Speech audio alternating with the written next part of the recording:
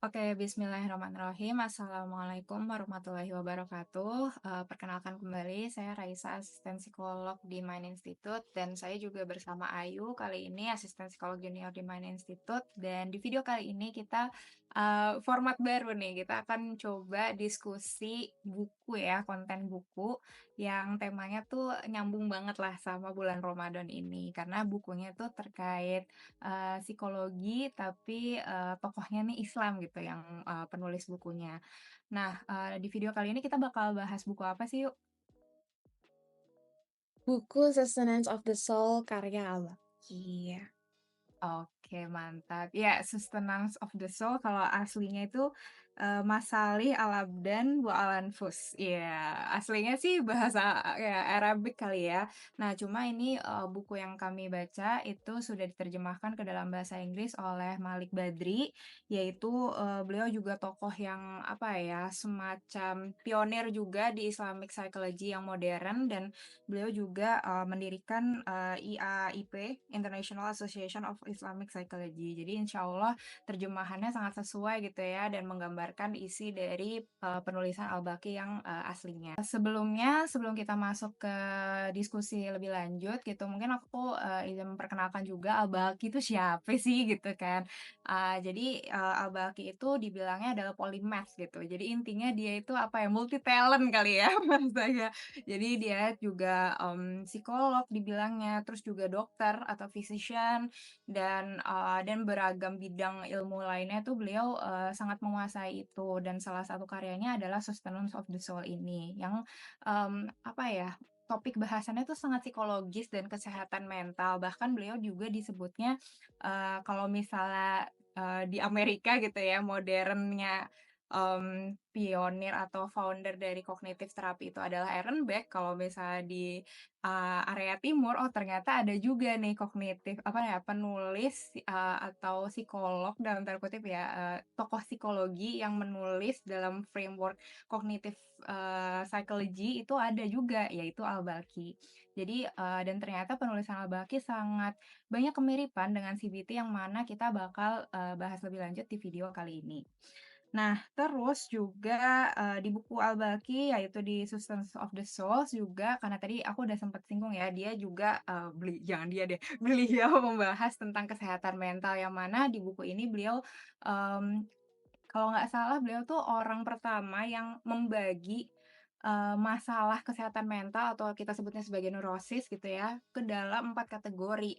Ada, fear and panic atau ketakutan dan panik, yang kedua ada anger dan aggression atau kemarahan dan agresi, yang ketiga ada kesedihan dan depression atau sadness and depression, lalu ada juga obsession. Nah, itu beliau tuh yang ngebagi, jadi keren banget nih Al-Baqi waktu saat dulu beliau udah apa ya, bisa sampai membagi, kategori masalah kesehatan mental, yang mana di video kali ini kita akan fokus di pembahasan di bab yang membahas tentang sadness dan, depression, atau disebutnya ada al-huzn dan al-jaza. Al-huzn itu kesedihan, al-jaza itu depression.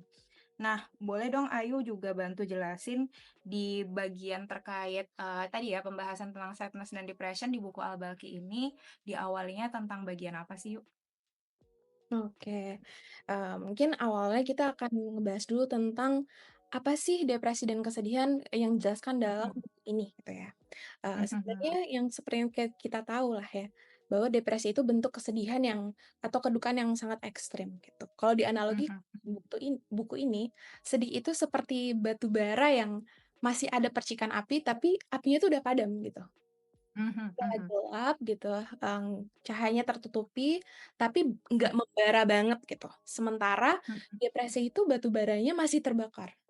Jadi mungkin mhm, bisa kita lihat intensitasnya kali gitu ya, intensitas perasaannya tuh mhm, lebih kuat di depresi gitu. Lalu mhm, juga, menariknya depresi dan kesedihan ini disebutkan beberapa cirinya gitu, yang ini tuh mhm, memiliki kemiripan dengan beberapa kriteria atau gejala diagnosa di DSM, khususnya di, major, depressive disorder gitu.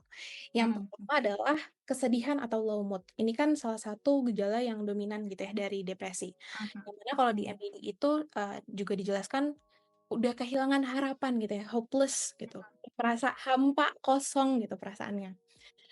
Terus juga yang kedua, individu ini punya ketidaksabaran atau mudah kesel gitu. Kalau di buku ini Mhm, bilangnya kayak nggak sabaran, mudah kesel gitu, mudah marah gitu.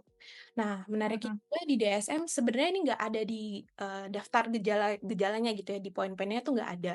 Tapi mhm, dijelaskan di, deskripsinya lebih lanjut bahwa individu itu bisa, menunjukkan, eee, apa ya, eee, sikap-sikap gitu, bahwa dia bisa marah gitu, menunjukkan, marah atau enggak iritabilitas gitu. Jadi tapi sensitif gitu ya ya? sensitif gitu, walaupun sebenarnya mood dominannya kan tetap low mood ya, sedih gitu, tapi Mhm, bisa yang mhm, jadi, lebih gampang marah. Terus juga mhm, yang, terakhir ini, di bukunya juga menjelaskan individu itu kehilangan keinginan untuk senang gitu ya, keinginan minat mhm, untuk menyenangkan dirinya, merasakan kesenangan gitu. Yang mana ini mhm, juga sesuai dengan diagnosa, MDD ini bahwa individu bisa kehilangan minat atau kesenangan, kehilangan untuk melakukan aktivitas-aktivitas yang menyenangkan untuk, dirinya, gitu. Nah, mungkin selanjutnya kita akan ngebahas tentang penyebabnya nih ya, Kak. Apa aja sih, Kak, mhm. penyebab, dari, sedih ini atau depresi ini? Yes, yes, di buku itu juga dibahas ya tentang kayak konteks gitu ya, konteks dari emosi sedih tuh kayak gimana. Tapi sebelum lanjut ke situ, ada bagian yang menarik juga, aku mau nambahin juga kayak, sadness atau kesedihan dan depression tuh ibaratnya karena tadi ya kehilangan minat yang untuk melakukan hal yang menyenangkan, terus sedih gitu ya, ibaratnya kan kayak gelap gitu ya. Jadi di buku ini juga dianalogikan kalau orang yang mengalami kesedihan atau depression itu kehilangan, apa ya, cahaya gitu ya, glowing rays and turning into utter darkness gitu. Jadi ibaratnya kayak gelap nih orangnya gitu. Menarik sih, apa namanya, ada analogi seperti itu yang ditulis juga oleh Al-Balkhi.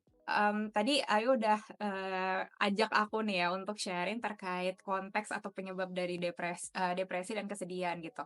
Nah, kalau mulai dari, kesedihan dulu gitu. Jadi kalau di Al-Balkhi ini, kesedihan dan depression ya sebenarnya itu disebabkan oleh, kehilangan sesuatu yang seseorang cintai atau merasa lekat gitu. Jadi ada semacam ikatan yang kuat gitu, antara, individu dengan orang lain atau mungkin benda juga sih menurutku termasuk, dan ketika itu kehilangan, itu kita akan merasakan kesedihan dan juga termasuk bisa depression cuma nanti, yang bagian depression, penyebab depression akan aku elaborasi lebih lanjut. Nah, jadi ibaratnya ada kehilangan gitu ya, ada episode kehilangan yang misalnya kalau kita kehilangan misalnya yang aku, keingat sekarang di depan aku sebenarnya banyak nih, aksesoris dan boneka-boneka yang aku punya dan itu kalau aku bayangin iya, kalau aku bayangin itu hilang, itu aku akan sedih banget, aku akan nangis.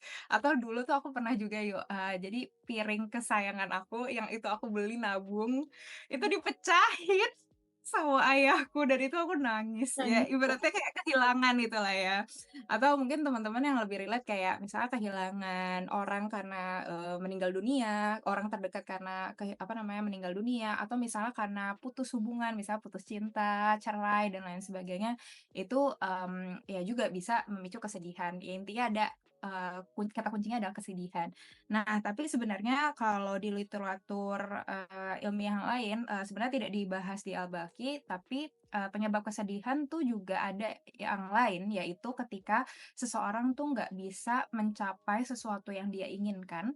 Jadi ibaratnya ada hambatan, si seorang ini pasti kan punya tujuan gitu ya, seorang kan pasti punya tujuan dan ketika dia mengalami hambatan dalam mencapai tujuan itu dan dia menilai bahwa dirinya tuh nggak bisa memperbaiki situasi dan agar dia bisa mencapai tujuannya itu gitu ya kurang lebih, intinya tadi ya, terhambat mencapai tujuannya, dia juga bisa merasa sedih. Contohnya kayak gimana? Misal teman-teman mungkin yang paling relate aku sama Ayu adalah karena kita pernah melalui yang namanya ujian masuk kampus gitu ya, atau ujian masuk sekolah. Kalau misalnya kita nggak keterima kan sedih ya, atau misalnya teman-teman kayak apply atau mendaftar kerja terus akhirnya ditolak, itu kan mendapat, kesedihan gitu kan, emosi kesedihan. Mungkin frustrasi ada, tapi kesedihan juga ada. Itu kan seperti kita ada goals atau tujuan yang mau kita capai kan, aku dan Ayu mau masuk atau diterima di suatu ya perguruan tinggi tertentu atau sekolah tertentu. Kalau teman-teman yang lain atau termasuk aku juga sih ya, kita juga job seeker ya yuk, Iya. pengen diterima kerja di suatu tempat tapi nggak dapat, itu bisa tuh memicu kesedihan. Jadi konteksnya di sini adalah emosi sedih itu terjadi karena ada situasi yang diinterpretasikan kalau kita, merasa kehilangan atau tadi ya, kita nggak bisa mencapai tujuan kita, kurang lebih kayak gitu. Jadi semacam ada trigger-nya gitu ya, ada trigger-nya juga.